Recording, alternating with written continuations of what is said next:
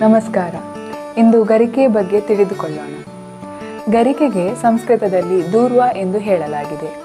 ಇದರ botanical name ಸಿನೆಡೋನ್ ಡ್ಯಾಕ್ಟಿಲಮ್. ಇದರ family ಪೋಯೇಸಿಯೇ ಅಥವಾ ಗ್ರಾಮಿನೇ ಫ್ಯಾಮಿಲಿ. ಇದರ ರಸ ಮಧುರ ಹಾಗೂ ಕಷಾಯ. ಇದರ ವೀರ್ಯ ಶೀತ ಅಂದರೆ ದೇಹಕ್ಕೆ ತಂಪು. ಆಯುರ್ವೇದದಲ್ಲಿ ಹಾಗೂ ಜ್ಯೋತಿಷದಲ್ಲಿ ಇದರ ಉಪಯೋಗವನ್ನು ಬಹಳಷ್ಟು ಹೇಳಲಾಗಿದೆ.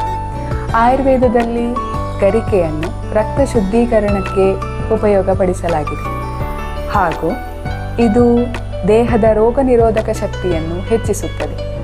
ಇದು ಹೊಟ್ಟೆಯ ಜೀರ್ಣಶಕ್ತಿಯನ್ನು ಹೆಚ್ಚಿಸುತ್ತದೆ ಹಾಗೂ ಜೀರ್ಣಕ್ರಿಯೆಯನ್ನು ಸುಲಭ ಮಾಡುತ್ತದೆ. ಗರಿಕೆ ಹೃದಯದ ಆರೋಗ್ಯಕ್ಕೆ ಬಹಳ ಒಳ್ಳೆಯದು. ಜ್ಯೋತಿಷದಲ್ಲಿ ಗರಿಕೆಯ ಉಪಯೋಗವು ರಾಹುಗ್ರಹಕ್ಕೆ ಹಾಗೂ ಗಣಪತಿಗೆ ಪ್ರಮುಖವಾಗಿ ಹೇಳಲಾಗಿದೆ.